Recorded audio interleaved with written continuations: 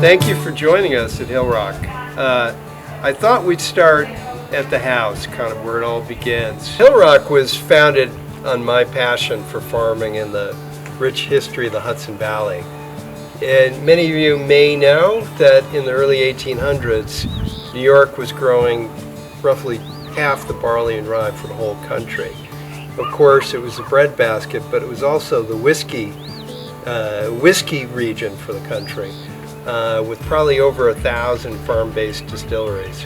All those were lost with Prohibition.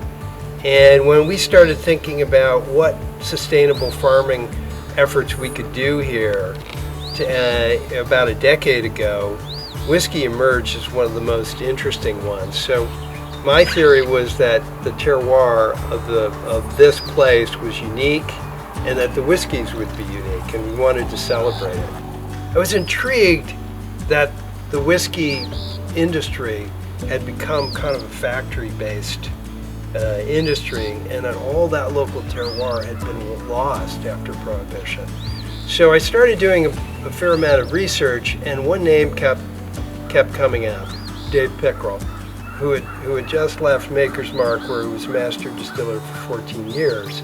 And Dave was an early advocate of the craft whiskey distillery movement, and he was the only one writing about terroir, saying that this new movement could bring back that sort of locally grown grain and whiskeys being individual. So I literally called him up and I said, Dave, what do you think? I think whiskeys should be just like wines. We should be making whiskeys out of individual fields.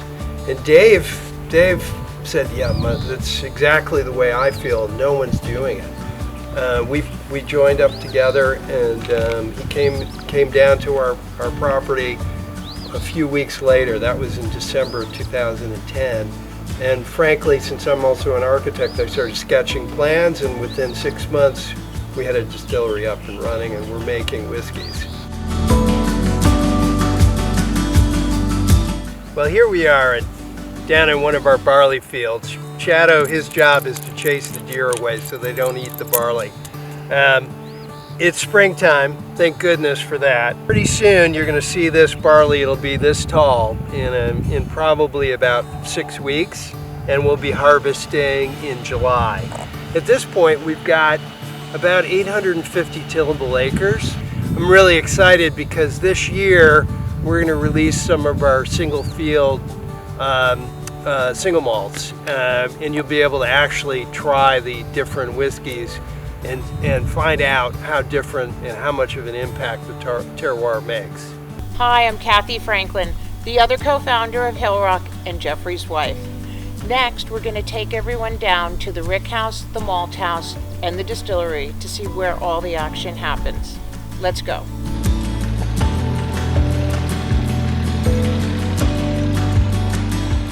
Hillrock has the first purpose-built malt house in the United States since Prohibition. I think there's about 6 distilleries in Scotland that are still floor malting. Let me have Jeffrey tell you more about the malt house and malting. We malt year-round, so we have climate-controlled conditions in this building, but otherwise everything is done fully traditionally. So the beauty of this is that, as you might know, even the Egyptians practiced malting for making beer thousands of years ago.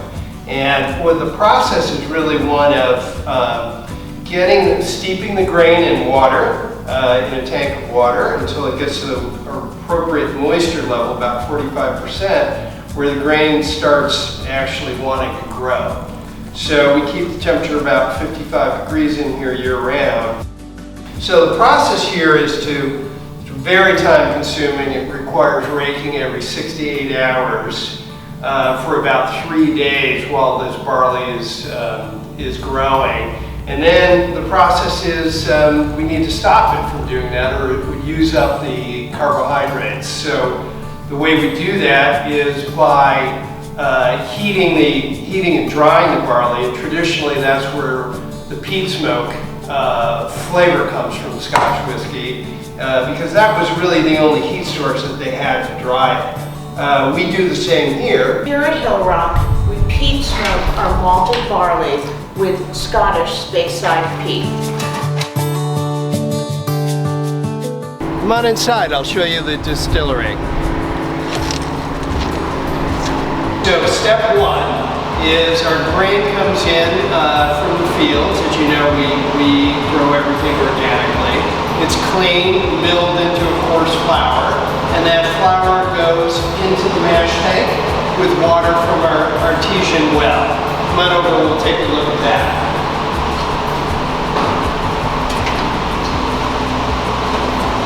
1,100 pounds of grain in here that's been milled together with water, and we cook it. It's cooked like a porridge. It's actually kind of sweet, almost like, really like a porridge. And once that breaks down the carbohydrates further, and then every day we'll pump one of these into the fermentation tank. So once we pump one of our batches from the mash tank in here, we add yeast, and then it begins converting the sugars in that porridge into a beer, and then once we've got a beer with about 6% alcohol, we'll pump one of these into the still every day. Every day we make about a barrel of whiskey. It takes around 6 hours to distill.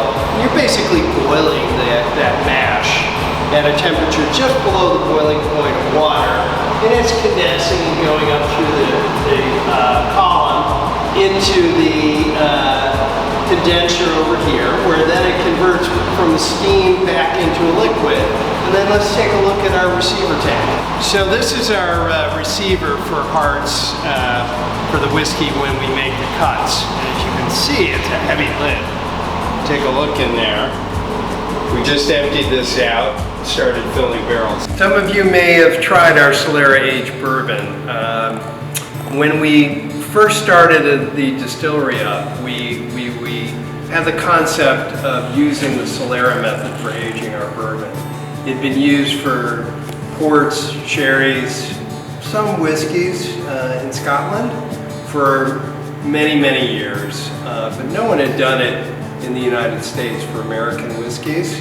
So the theory is it's almost like a pyramid of barrels, historically, where you never would draw all the whiskey out of all the barrels. You would take a little bit out of the lowest tier and then refill, cascade the whiskey down from the tiers above, and then refill the upper tiers with younger whiskey. Here we set up our Solera in more of a horizontal format. So what you're looking at right now is the first tier is our nursery. These are all estate-made bourbons that have been here for a number of years. We don't enter any of them into the primary tiers of the Solera for at least 4 years. Then you've got tier 2, which will be whiskeys that are a little younger than in tier 3 on average. And when we're ready to do a bottling, what we'll do is all of these burgundy colored head barrels, we'll draw about 5 gallons out of each one of them. We'll take those over and put them in Oloroso cask, which is the 4th tier of our Solera, and they'll age there until they're ready to be drawn and bottled. And then we'll take, from tier 2, we'll take 5 gallons out of every one of those barrels and refill these. And then we'll go back to our nursery and take enough whiskey out of that to refill tier 2. Now, you might ask, why the heck would we do that? Why all that extra work? It's a tremendous amount of work. We'll do about 3 draws a year. The reason we do it is because it creates a real complexity, beautiful profile to the whiskeys. Chemically, the older whiskeys actually influence the younger whiskeys. So you've got these molecules of the oldest whiskeys we've ever made here, and they're merging with some younger whiskeys that are 4 years old or thereabouts, and they're picking up their profile. And then it's a little bit of a pun actually on the Solera method that we finish in the Oloroso sherry casks. since that was really where the Solera concept came from. And that adds a sort of nutty floral note to the whiskeys. Welcome to the Hillrock Tasting Room. People are always asking about our bottle design, our corks, and our necks. I'll let Jeffrey tell you all about it. We obviously wanted to have a distinctive bottle, and it took quite a while to make it. The reality is there's only a few plants in the world that can make a bottle this square and this heavy. And we wanted this very heavy base, distinctive base, and these nice clean lines to it. And the way they're making the bottles now are actually by hand, turning them by hand in the factory so that they don't distort. The other thing that we wanted to make sure was that people would be able to actually take advantage of our single barrel offerings. Virtually everything we release is a single barrel. So we designed the bottles so that they could be stacked on your bookshelf as you collect your favorite Hillrocks. And with that, I think it's time for a drink. It's been a long tour. Cathy, would you like a sip? So good. Cheers. Thank you for joining me.